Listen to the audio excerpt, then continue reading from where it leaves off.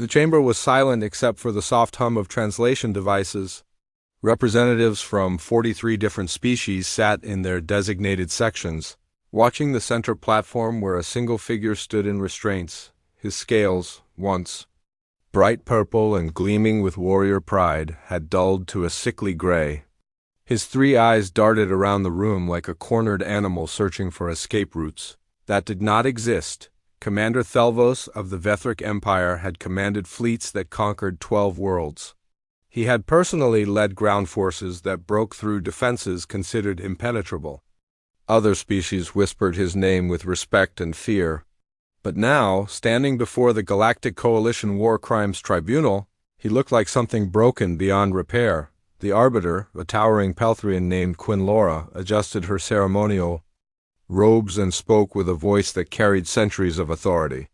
Commander Thelvos, you have been brought before this tribunal to provide testimony regarding the recent conflict between the Vethric Empire and the human species of Earth. Do you understand why you are here? Thelvos nodded slowly, his mandibles clicking together in a nervous rhythm. When he spoke, his voice came out as barely more than a whisper. Yes, Arbiter, you may speak freely. The tribunal guarantees your safety. No harm will come to you here. Quinlora gestured. To the guards, remove his restraints. The magnetic cuffs released with a soft click. Thelvos rubbed his wrists but made no move to leave the platform. Where would he go? His empire had surrendered. His people were scattered, and the nightmares followed him everywhere. In the gallery section reserved for human observers, Captain Hyan-Wu sat perfectly still. He wore the dark blue uniform of the Earth Defense Fleet with simple decorations on his chest. Next to him, Lieutenant Yan-He tapped notes onto a datapad, her face calm and professional. They had been instructed to observe only, not to participate. The tribunal wanted to hear the Vethric perspective without human interference. Commander, Quinlora continued, before we discuss specific incidents, I want to understand the beginning. Why did the Vethric Empire declare war on humanity? Thelvos took a shuddering breath. Because we were fools. Because we looked at humans and saw weakness. Because we believed our own propaganda about being the greatest warriors in the galaxy. A murmur rippled through the chamber. The Vethric were indeed legendary fighters. They stood 3 meters tall with natural armor plates and 4 arms ending in razor-sharp claws. Their military traditions stretched back thousands of years. They had never lost a war. Until now. Explain your assessment of humanity before the war, the Arbiter prompted. Thelvos closed his 3 eyes as if gathering courage to speak. We studied them for 2 cycles before making contact. Their bodies are fragile, thin skin that tears easily, only 2 arms. Weak jaw muscles. No natural weapons like claws or venom or armor. They cannot see in multiple spectrums. Their hearing range is limited. They have short lifespans, barely 100 cycles in most cases. He opened his eyes again, and something dark swam in those 3 black orbs. We saw all of this and thought them inferior. Prey animals that had somehow stumbled into space travel. The High Command believed they would surrender immediately when faced with real warriors. And did they? Quinlora asked, though everyone in the chamber already knew the answer. No. Thelvos laughed, but it was not a sound of humor. It was the laugh of someone who had seen sanity break apart. No, they did not surrender. And that is when we began to learn what humans really are. The Arbiter leaned forward. Tell us about first contact. Tell us about the beginning of the war. Thelvos nodded and began his story. 6 months ago, the Vethric Third Fleet entered what humans call the Kepler sector. We had chosen the colony world they named New Bisan as our initial target. It had a population of approximately 200,000 humans. Mining operations, agricultural settlements, a small defense garrison. Nothing that should have posed a real threat to our forces. Lieutenant Yan-He stopped typing. New Bisan had been her homeworld before she joined the military. Captain Hyan-Wu placed a gentle hand on her shoulder, and she nodded, taking a slow breath before continuing her notes. I commanded a ground assault division, Thelvos continued. 5,000 of our finest warriors. We had orbital support from the fleet, Advanced weapons, tactical superiority. Every advantage you could imagine. He paused, mandibles trembling. We sent them the standard surrender demand. 24 hours to evacuate or submit to Vethrak authority. How did they respond? Their colonial defense commander, a man named Deho, sent a reply. I remember his exact words because they confused us at the time. He said, "You have made a terrible mistake, but we will give you a chance to leave." Several species in the tribunal chamber made sounds of surprise. The arrogance of such a statement from an inferior force seemed absurd. We thought he was joking or perhaps mentally deficient, Felvo said. We laughed at his message. Admiral Varath, my superior, ordered the invasion to begin immediately. We would not even wait the full 24 hours. We would show these humans what real warriors looked like. The commander's voice dropped even lower. That was the last time I laughed during the war. Quinlora studied him carefully. What happened when you landed? Everything went according to plan, at first. Felvo seemed to be looking at something far beyond the tribunal chamber, seeing memories play out before his eyes. We deployed at dawn, 3 separate landing zones surrounding their main settlement. The human defense forces engaged us immediately. Their weapons were effective but not overwhelming. We pushed forward. We took casualties, yes, but acceptable numbers. By midday, we had penetrated the outer defensive perimeter. He fell silent for a long moment. No one in the chamber made a sound. Then the humans stopped fighting like soldiers, Felvos whispered. They scattered into the buildings, into the forests, into the mines. We thought they were retreating, running away in fear. We advanced to claim the settlement. His 3 eyes went wide and his voice cracked. It was a trap, all of it. The buildings were rigged with explosives. The roads had been undermined. Every corner hid an ambush. They used their own colony as a weapon against us. Warriors who had retreated would circle behind us and strike where we were weak. They employed tactics we had never seen. Dishonorable tactics. Cowardly tactics. Effective tactics, Captain Hyunwoo murmured to himself, too quiet for the tribunal to hear. By nightfall, we had taken the main settlement, Felvos continued. But we had lost 2,000 warriors. 2,000 in a single day. Against a force that should have been swept aside in hours. His whole body shook now. And we realized this was just one small colony. Just a tiny fraction of humanity's total population. And if they fought like this here, they would fight like this everywhere. The Arbiter let the silence stretch before asking her next question. Is this when you recommended withdrawal? Yes, but High Command refused. They said we could not show weakness. They said this was a minor setback. They ordered the fleet to continue deeper into human space. Felvos looked directly at Quinlora. That was our second mistake. We should have run. We should have fled to the furthest edge of the galaxy and hoped the humans never followed. But you did not. No, Felvos said, his voice barely audible now. We did not. And that is why I stand before you today as the commander of a broken empire, giving testimony about the most terrifying war in Vethrak history. A war we started, a war we lost. A war that taught us the harsh reality of fighting humans. The chamber remained silent. Somewhere in that silence, humanity's reputation had shifted forever in the minds of every species present. The memory came back to Felvos with painful clarity. 6 months ago, standing on the bridge of the assault carrier, watching New Bissen grow larger on the view screens. The planet had looked peaceful from orbit. Green and blue, with white clouds drifting across the surface. Small cities dotted the landscape. Agricultural zones stretched between mountain ranges. It looked like easy prey. Continue your testimony, Commander, the Arbiter prompted. Tell us about the ground battle in detail. Felvos took a breath and let himself fall back into that day. Colonel Deho commanded the human defense forces. We intercepted his communications with his troops. He was calm, organized, professional. Not the behavior of someone about to be crushed by a superior force. That should have been our warning. The landing craft had descended through the atmosphere without resistance.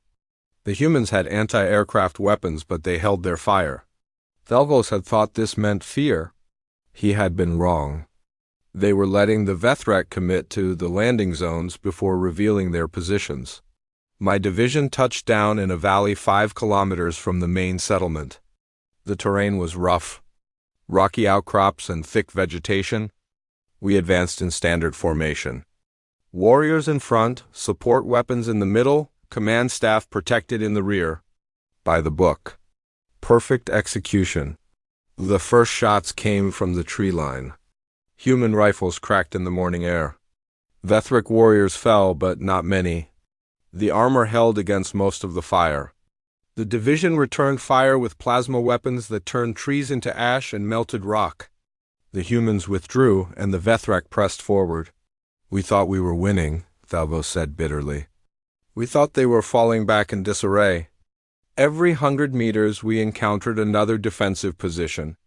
Every time the humans would fire a few shots and retreat. We kept advancing. Major Sungmin had been coordinating the human tactical response. Thalvos learned his name later from captured communications. Sungmin was deliberately trading space for Vethrak casualties. Every retreat was planned. Every defensive position was designed not to hold but to bleed. Then we entered the mining sector on the edge of the settlement. Large industrial buildings, processing facilities, deep excavation pits.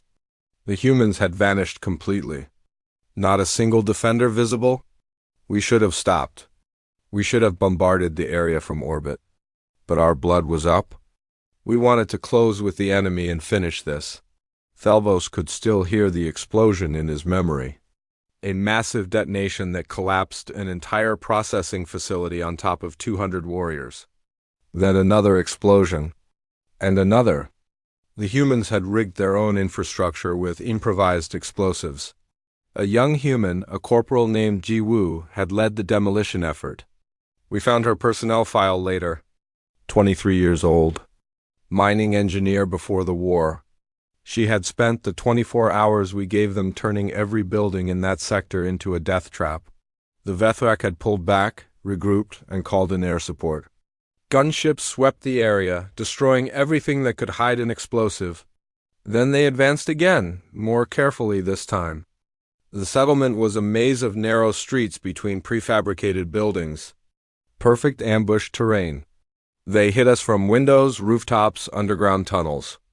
We would clear a building, move forward, and then humans would emerge from hidden positions behind us. They used their knowledge of the colony against us. Every alley, every drainage pipe, every maintenance access became part of their battlefield. Captain Haiyan Wu listened from the gallery with professional interest. He had studied the New Bizen battle extensively in tactical training. It had become required learning for all Earth defense forces. How to fight when outnumbered and outgunned. We adapted, Thalvos continued. We used our superior firepower to level entire blocks rather than clearing them room by room. We brought in heavy armor to support infantry advances. We established overlapping fields of fire to prevent ambush. By military doctrine, we did everything correctly. But the humans kept fighting. Small teams of 2 or 3 soldiers would strike from unexpected angles. They booby-trapped their own dead. They used civilians as spotters who would mark Vethrak positions with reflected light that invisible to Vethrak eyes but showed up on human optical equipment. They fought with a creativity that made no sense to the Vethrak warrior mindset. There was no honor in how they fought, Thalvos said, and several species in the chamber shifted uncomfortably. Honor was a complicated concept that varied between cultures. They did not meet us in open battle. They did not challenge us to contests of strength. They simply tried to kill us in the most efficient way possible. Lieutenant Yan He typed faster. She had been 15 when New Bizen fell. She remembered hiding in a shelter while the battle raged above. She remembered Colonel Deho's final broadcast before the humans abandoned the settlement. He had said, "We have taught them a lesson. Now they know the price of attacking humanity." By the 3rd day we controlled the settlement, Thalvos said. But we had lost 3,000 warriors. 3,000 of our finest soldiers to take a single colony that should have fallen in hours. The human defenders had evacuated during the night. Only 52 confirmed human casualties. We had killed them at a ratio of nearly 60 to 1, and somehow it felt like we had lost. The Arbiter consulted her notes. What was Admiral Vorath's response to these casualties? He was furious. He accused me of incompetence. He said I had allowed fear to slow our advance. He ordered the fleet to proceed to the next human colony and said we would do better there. Thelvos laughed the broken laugh again. We did not do better. We did worse. The tribunal chamber was absolutely silent. Every species present was calculating. If one small human colony could inflict such damage, what would happen against a prepared human military force? What would happen if humanity decided to go on the offensive? Did you encounter Colonel Deho during the battle? Quinlora asked. No, he commanded from a mobile position that kept moving. We never pinpointed his location. But we intercepted his communications. I remember one transmission to his troops. Thelvos closed his eyes. He told them, make every bullet count. Make every meter they advance cost them blood. Show them that humans do not surrender our homes without a price. Captain Hyan Wu felt a surge of pride he kept carefully hidden behind his neutral expression. Deho had survived the battle and now commanded an entire planetary defense network. He had become a hero to humanity and a nightmare to anyone considering aggression against human worlds. The thing that disturbed me most, Thelvos said quietly, was that the humans were afraid. We could hear it in their voices over the communications. They knew they were outmatched. They knew most of them would probably die, but they fought anyway. Fear did not stop them. It seemed to make them more dangerous. He looked around the chamber, meeting the eyes of different species. Most creatures, when faced with a superior predator, will run or freeze or submit. Humans feel fear like any other species, but their response is different. They feel fear and then they get angry. They feel fear and then they fight harder. It is not logical. It is not sane. But it is what they do. The Arbiter made a note on her datapad. So the Battle of New Besen was humanity's first victory in the war? No, Thelvos corrected. It was a defeat for the humans. They lost the colony. They evacuated. We claimed the territory.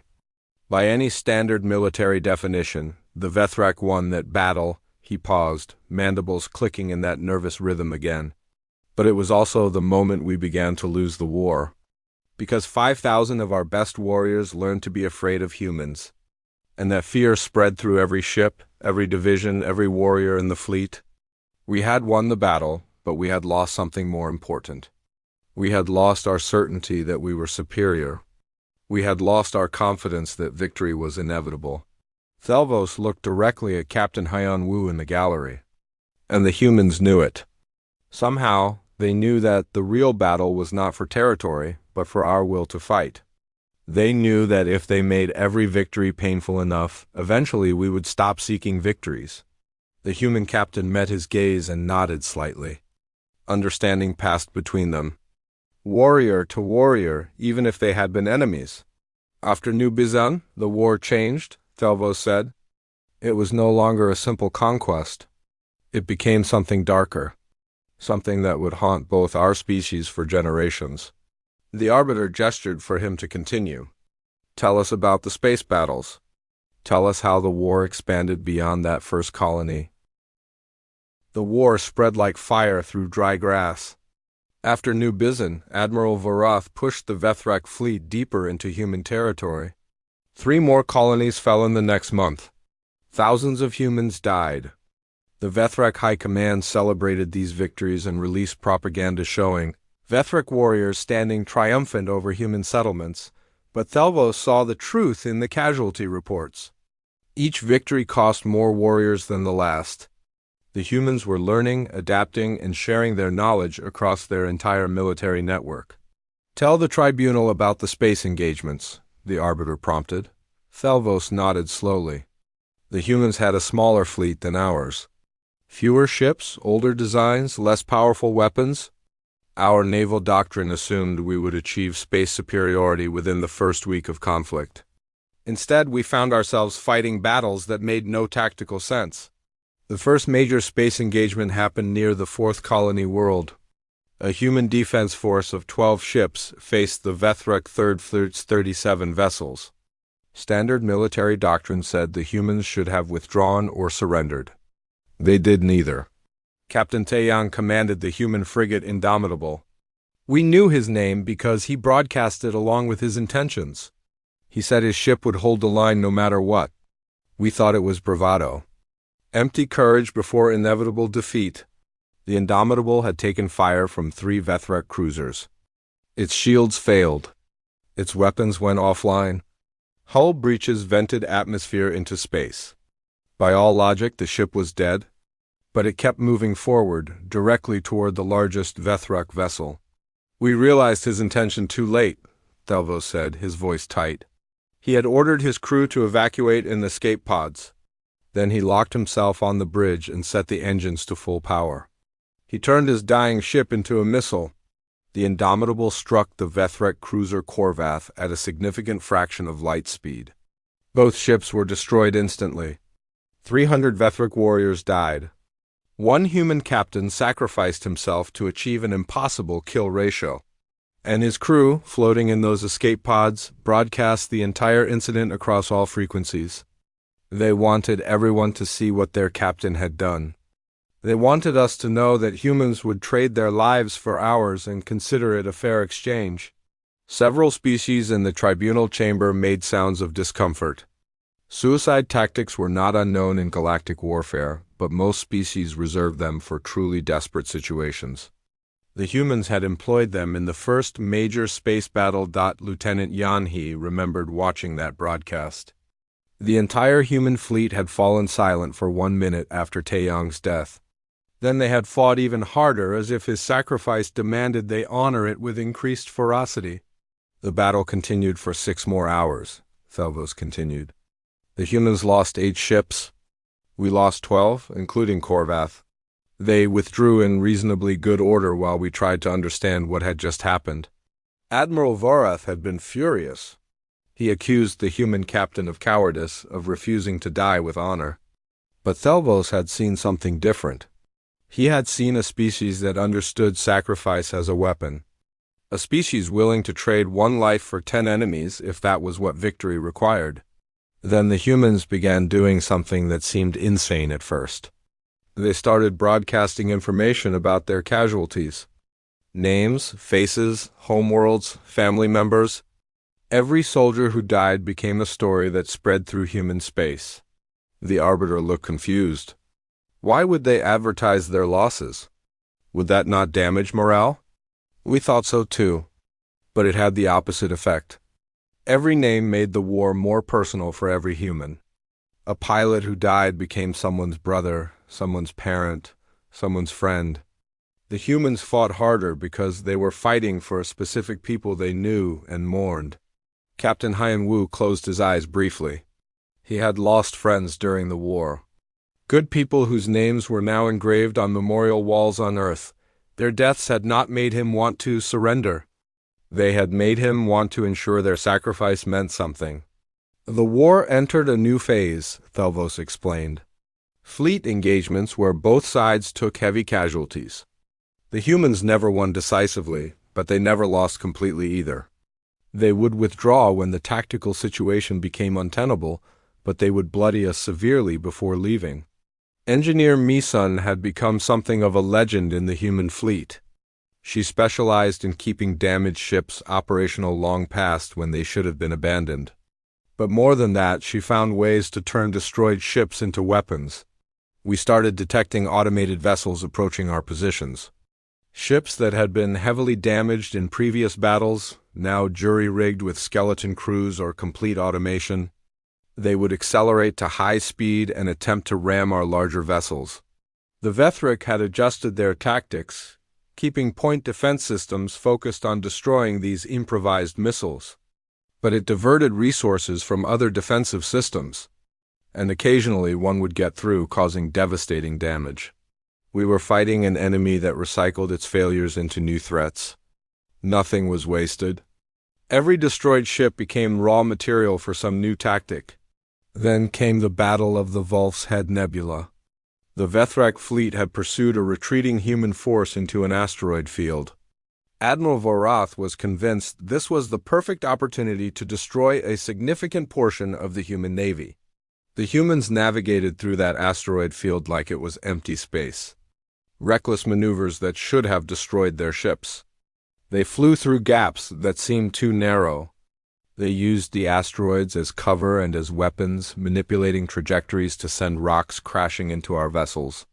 The Vethrak fleet, larger and less maneuverable, struggled in the chaotic environment. Ships collided with asteroids. Weapons fire meant for human vessels struck rocks that fragmented into deadly shrapnel. And human forces ambushed Vethrak ships from unexpected positions, emerging from behind asteroids to fire at point-blank range before disappearing again. We lost 14 ships in that nebula. The humans lost 4. And we learned another lesson about fighting humanity. They do not need to be stronger or better armed.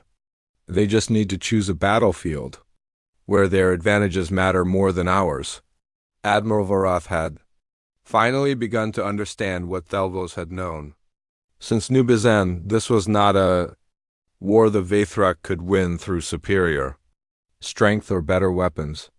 The humans had turned warfare itself into something different, something asymmetric and unpredictable. After the Nebula battle, Admiral Vorath sent a communication to High Command requesting a strategic reassessment. He suggested opening negotiations. High Command refused. They said that accepting anything less than total victory would make the Vethrak Empire look weak to other species. So the war continued, and the casualties mounted on both sides. But there was a difference. The Vethrak casualties were permanent losses, warriors who could not be easily replaced. Human casualties seemed to have no impact on their ability to field new forces. For every human soldier killed, 2 more seemed to take their place. We began to realize the terrible truth, Thelvos said softly. Humans outnumbered us significantly. Their population was 10 times larger than ours. And while we prided ourselves on being warriors, they had built an industrial capacity that could produce weapons, ships, and equipment faster than we could destroy them. Lieutenant Yeon He knew the numbers. Earth alone had a population of 11 billion. The colonies added another 3 billion. Vethrak total population was barely 1 billion, and only a fraction of those were warriors. The math was brutal and simple. Humanity could sustain losses that would cripple the Vethrak Empire. But the most terrifying thing, Thelvos continued, was not their numbers or their industry or their willingness to die. It was how they learned. After every battle, human tactics would change. They never made the same mistake twice. If we found a weakness and exploited it, that weakness would be gone the next time we fought. He looked around the tribunal chamber with haunted eyes. We were fighting an enemy that evolved during the war. Every engagement taught them something new. Every defeat made them stronger. And we realized that time was not our ally. The longer the war lasted, the more dangerous humans became. The Arbiter leaned back in her chair. So when did you personally recommend withdrawal from the conflict? After the nebula, Thelvos said immediately. I sent a formal report to Admiral Vorath explaining that we could not win a war of attrition against humanity. I showed him the casualty ratios, the resource consumption rates, the psychological impact on our warriors. I recommended we negotiate a peace settlement while we still had leverage. And his response? Thelvos' mandibles clicked rapidly. He demoted me to Ground Forces Command and assigned me to the next planetary assault. He said I had lost my warrior spirit. He said I was thinking like prey instead of a predator. But you were right, the Arbiter observed. Yes, Thelvos whispered. I was right. And being right meant I got to watch everything I predicted come true. I got to watch our empire tear itself apart against an enemy that refused to break. 3 months into the war, exhaustion had become a constant companion for every Vethrak warrior. The initial confidence had evaporated. The certainty of victory had turned into grim determination just to survive each battle. And still, the humans kept coming, kept fighting, kept adapting. Thelvos commanded ground forces on 4 different worlds during those 3 months.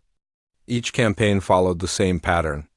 Initial Vethrek success, followed by grinding resistance, followed by a Pyrrhic victory that felt more like defeat. The humans would evacuate civilians, destroy infrastructure, and make every meter of ground cost Vethrek blood. "Tell us about the psychological aspects of the war," the Arbiter requested. "Your reports mention significant morale problems among Vethrek forces." Thelvos nodded grimly. Warriors who had never known fear began having nightmares. They would wake up screaming about humans emerging from shadows, about buildings collapsing on them, about dying alone in hostile territory with no support. Our medical staff reported increasing cases of what they called combat stress syndrome. The Vethrek military had no framework for dealing with psychological casualties. Warriors were supposed to be fearless. Admitting fear was shameful.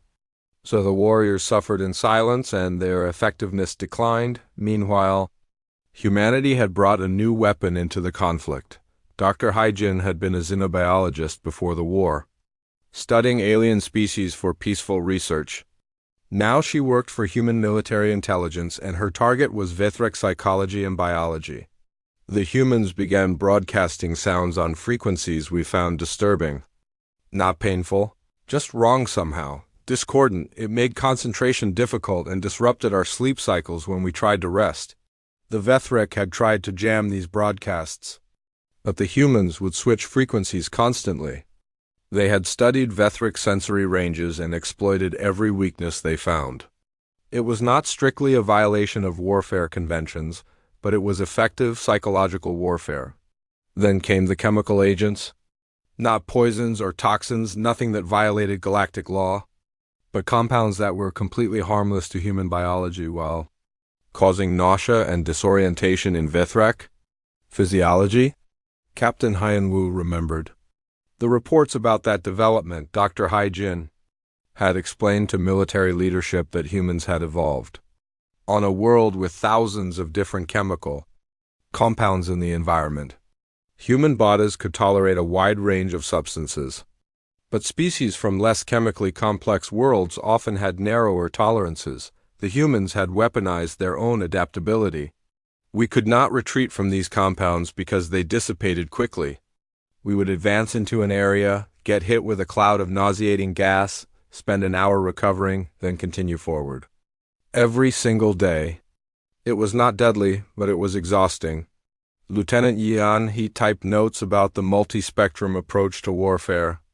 The humans were fighting on every level simultaneously. Physical, psychological, chemical, informational. They were treating war as a total system rather than just a series of battles. General Wu Jin took command of human strategic operations in the second month of the war, Thelvos continued. We intercepted some of his communications to human forces. He explicitly told his commanders to avoid direct confrontations where possible. Instead, he wanted them to make us work for every objective. Make us tired. Make us uncertain. Make us question whether the next victory would be worth the cost. The strategy was devastatingly effective. Vethrek supply lines stretched across multiple systems, and human raiders hit them constantly. Small, fast human ships would strike at logistics vessels, destroy supply depots, and disappear before Vethrek patrols could respond. Nothing that changed the strategic situation dramatically, but everything that made the war harder to sustain. We started having supply shortages. Ammunition, food, medical supplies, replacement parts for ships and vehicles. The High Command assured us this was temporary, but the shortages continued. Meanwhile, human forces seemed to have unlimited supplies. The truth was more complicated than that. Humanity was also feeling the strain of a major war, but they had prepared their industrial base for exactly this kind of conflict. Factories on Earth and the colonies operated constantly, producing war materials. Civilian populations accepted rationing without complaint. The entire species had committed to winning. 4 months into the war, we captured a human supply depot. We found warehouses full of equipment. Weapons, vehicles, armor, everything an army needs. And we found something else. Production schedules showing that this depot was being restocked every 10 days. Thelvos closed his eyes at the memory. 10 days. The humans could replace this entire depot's worth of supplies in 10 days. It would have taken us 3 months to produce the same amount. We were fighting an enemy with an industrial capacity we could not match. But the most disturbing discovery came from interrogating captured human soldiers. The Vethrek treated prisoners according to galactic conventions. Adequate food, medical care, decent conditions. They expected the humans to be demoralized, broken by their capture. Instead, the prisoners were polite, cooperative with basic information, and completely unafraid. They knew their comrades would keep fighting. They knew the war would continue. And they seemed confident that humanity would eventually prevail. One prisoner, a young soldier named Bo-Ra, told me something I have never forgotten. She said humans had been fighting wars for their entire history. Thousands of years of constant conflict on their homeworld. They had developed warfare into a science and an art form. And now we had given them a reason to direct all that accumulated knowledge against us. The Arbiter consulted her notes. What was the turning point? When did you realize the Vethrek Empire could not win? Thelvos considered the question carefully. There was not one single moment. It was a gradual realization built from many small observations. But if I had to choose, it was when I saw the pattern in our casualties. The Vethrek military kept detailed records of every engagement. Thelvos had access to the complete database as a senior commander. He had started analyzing the numbers during sleepless nights aboard his command ship. In the first month of the war, humans killed an average of 15 Vethrek warriors per 100 engaged. In the second month, that number was 23. In the third month, 31. The trend was clear and consistent. They were getting better at killing us. Meanwhile, Vethrek effectiveness against humans remained roughly constant. The warriors were learning too, but not at the same rate. The humans seemed to have a systematic approach to improvement that the Vethrek could not match. I brought this analysis to Admiral Vorath. I showed him the projections. If the trend continued, within 6 months human forces would be inflicting casualties at a rate we could not sustain. The mathematics were undeniable. The Admiral had looked at the numbers and then made a decision that sealed the Vethrek fate. He ordered the fleet to push forward to strike at Earth itself. If they could threaten the human homeworld, surely humanity would negotiate. Surely they would accept reasonable terms rather than risk their entire civilization. That was our final mistake, Thelvos said quietly. We thought humans would behave rationally when their home was threatened. We thought they would prioritize survival over victory. We were wrong about that too. Lieutenant Yan, he stopped typing and looked up. The defense of Earth had been the bloodiest fighting of the entire war. She had been there, flying combat missions in the outer solar system. She had seen human forces fight with a desperation and intensity that exceeded everything. That had come before. General Wu Jin pulled back the majority of human military forces to defend Earth and the core colonies. He abandoned forward positions, let us advance unopposed, and concentrated everything around the homeworld. We thought this meant we were winning. We thought they were finally showing fear. Thelvos opened his 3 eyes and looked directly at the tribunal. They were not afraid. They were preparing. They knew we would come to Earth. They knew we would commit everything to that final attack. And they were ready to make us pay a price that would break our empire forever. The Arbiter made a note. We will hear about the Earth campaign next. But first, I want to understand the psychological state of Vethrek forces at this point in the war. Were your warriors still willing to fight? No, Thelvos said simply. They were willing to obey orders. They were willing to do their duty. But the eagerness was gone. The joy of battle had died. They went into combat because they were warriors and warriors fight, but there was no enthusiasm. Only grim acceptance that many of them would not survive. He paused, mandibles clicking slowly. And the humans knew it. They could hear it in our communications. They could see it in how we fought. And they exploited that knowledge ruthlessly. Because humans understand something about warfare that we never learned. What is that? The Arbiter asked. That victory goes not to the strongest, but to those who refuse to accept defeat. That wars are won not by weapons, but by will, and that humans possess a will that cannot be broken by casualties or setbacks or fear. Thelvos's voice dropped to a whisper. We are warriors. They are survivors. And in a long war, survivors always win. The tribunal chamber felt colder now, though the temperature had not changed. Every species present could sense they were approaching the culmination of Thelvos's testimony, the moment when the Vethrak Empire's fate had been sealed. Tell us about the attack on Earth, the Arbiter said softly. Thelvos took a shuddering breath. Even now, months after the event, the memories caused visible distress. His scales rippled with involuntary muscle spasms. His 3 eyes darted around as if searching for escape routes that did not exist. Admiral Varath assembled everything we had left. 300 ships, 20,000 warriors. It was the largest force the Vethrak had ever committed to a single battle. We believed overwhelming force would finally break human resistance. The journey to Earth had taken 2 weeks. During that time, human forces had harassed the fleet constantly. Small raids that did minimal damage but prevented rest. Psychological broadcasts that disrupted sleep. The Vethrak arrived at Earth's solar system already exhausted. We detected the human defense fleet immediately. They were not hiding. General Wu Jin had positioned his forces in a clear defensive formation around Earth and the inner planets. 200 human ships against our 300. The numbers favored us. Captain Hyanwu had been there. He commanded a destroyer in the 3rd defensive line. He remembered seeing the Vethrak fleet emerge from faster-than-light travel, a massive formation that blotted out the stars. He remembered thinking that this was where humanity would stand or fall. The battle began at dawn, Earth time. We advanced in standard formation. The human fleet moved to intercept. For the first hour, it was a conventional engagement. Ships exchanging fire at medium range. Both sides taking casualties. We were winning by the numbers. But then the human tactics shifted. Ships that had been fighting defensively suddenly broke formation and attacked with reckless aggression. They were not trying to survive. They were trying to inflict maximum damage before being destroyed.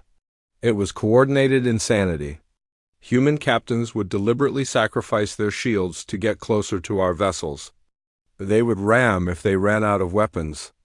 They fought like every single ship was personally responsible for defending their homeworld. Lieutenant Yanhee's hands trembled slightly as she typed. Her sister had died in that battle, commanding a frigate that had taken down 2 Vethrak cruisers before being destroyed. The entire family had mourned, but they had also been proud. Her sister had bought Earth precious time. We pushed forward. We had committed everything to this attack. There was no retreat option. Admiral Varath ordered the fleet to break through to Earth itself. We would threaten the planet directly. Force them to surrender or watch their homeworld burn. Thelvos closed his eyes. That was when we learned the final lesson about fighting humans. They do not surrender to save themselves. They surrender only when resistance becomes impossible. And they will decide when that point is reached, not their enemies. The human defense fleet had taken catastrophic losses. More than half their ships destroyed. But they had accomplished their objective. They had delayed the Vethrak advance long enough for the final defensive preparations around Earth to be completed. We approached the planet and found it surrounded by defensive satellites. Weapons platforms and the remains of the human fleet formed into a last line of defense. And we found something else. Every human on Earth who could hold a weapon was prepared to fight. 11 billion people ready to resist invasion. Admiral Varath had stared at the sensor readings in disbelief. The entire planet was militarized. Cities had been converted into fortifications. The humans were not planning to defend selected areas. They were planning to fight for every street, every building, every meter of their homeworld. The Admiral realized that even if we won the space battle, we could never successfully occupy Earth. It would take millions of warriors, decades of fighting. And we only had thousands of warriors left. The mathematics made victory impossible. But Varath had made one final desperate decision. If the Vethrek could not have victory, they would at least hurt humanity badly enough to ensure respect in any future negotiations. He ordered the deployment of planet-killer weapons. Massive kinetic projectiles that would devastate Earth's surface. That was when the humans showed us that they understood sacrifice better than we ever could. A human battle group, heavily damaged and barely functional, had positioned itself between the planet-killer weapons and Earth. 15 ships commanded by Admiral Dune, who sent one final transmission before impact. She said, "Earth is humanity's home. We will not allow it to be destroyed. If the cost of protection is our lives, we pay gladly." Thelvos' voice cracked. Then those 15 ships, thousands of crew members, accelerated directly into the path of the kinetic weapons. They detonated their reactors in a coordinated explosion that destroyed the planet killers and themselves. The tribunal chamber was absolutely silent. Several species present had been unaware of this incident. The sacrifice of thousands to save billions was a level of coordination and willingness that most cultures found difficult to comprehend. Captain Henlu bowed his head. Admiral Dayun had been his mentor at the academy, a brilliant strategist who had taught him that sometimes the greatest victories come from knowing what you are willing to lose. After that, Admiral Vorath broke, Thelvos said simply. He sent surrender terms to General Wu Jin. Complete and unconditional surrender. Withdrawal from all human territory. Reparations for damages? War crimes trials for leadership. Everything the humans demanded. The war had lasted 6 months. The Vethrek Empire had lost 70% of its military forces. The Vethrek economy was devastated. The Vethrek people were traumatized, and humanity had emerged as a species that no one in the galaxy would willingly fight. General Wu Jin accepted the surrender. The fighting stopped immediately. And then the humans did something that confused us more than anything that had come before. The Arbiter leaned forward. What did they do? They offered humanitarian aid. Medical supplies for wounded Vethrek warriors. Food for Vethrek civilians. Technical assistance to repair damaged Vethrek infrastructure. They had just finished destroying us, and now they wanted to help us rebuild. Ambassador Su Jin had arrived at the Vethrek homeworld 3 weeks after the surrender. She came with supply ships and reconstruction equipment. She came with offers of trade agreements and cultural exchange programs. She came as a representative of a species that held no grudges. I met Ambassador Su Jin during the initial negotiations. I asked her how humans could forgive so easily, how they could help enemies who had tried to destroy them. Thelvos looked toward where she sat in the tribunal gallery. She told me that humans understand the difference between necessary violence and unnecessary cruelty. That humans fight when they must but prefer peace when they can. The Arbiter studied Thelvos carefully. Do you believe humanity is a threat to galactic peace? Thelvos considered the question for a long moment. No, I believe humanity is a threat to anyone who threatens galactic peace. There is a difference. He stood straighter, finding some measure of dignity despite his broken state. Humans are not monsters. They are not conquerors. They are not natural warriors like the Vethrek. But they are something perhaps more dangerous. They are a species that will do whatever is necessary to protect their own. And what would you tell other species about humanity? I would tell them what I have learned through pain and loss. That humans are physically weak but mentally strong. That they are individually vulnerable but collectively invincible. That they feel fear but do not let it control them. That they value peace but excel at war when forced to fight. Thelvos looked around the chamber, meeting the eyes of representatives from dozens of species. I would tell them that humans climbed from being prey, animals on a dangerous world, to being the apex predator of their entire planet. That they fought each other for thousands of years and learned every possible way to wage war. And that all of that experience, all of that accumulated knowledge, becomes directed at any species foolish enough to attack them. The Arbiter nodded slowly. Is there anything else you wish to add to your testimony? Yes, Thelvos' voice grew stronger. I want every species here to understand what the Vethric Empire learned at such terrible cost. Humans are not the strongest species. They are not the fastest or the most advanced or the longest lived. But they have something that makes them formidable beyond any physical advantage. He paused, letting the words carry weight. Humans refuse to give up. They refuse to accept defeat. They refuse to believe that any obstacle is truly insurmountable. You can hurt them, kill them, destroy their worlds, and they will keep coming. They will adapt, learn, and eventually overcome. Because humanity's greatest weapon is not their technology or their numbers. It is their absolute unwillingness to stop. The Arbiter formally closed Thelvos' testimony. Guards escorted him from the chamber.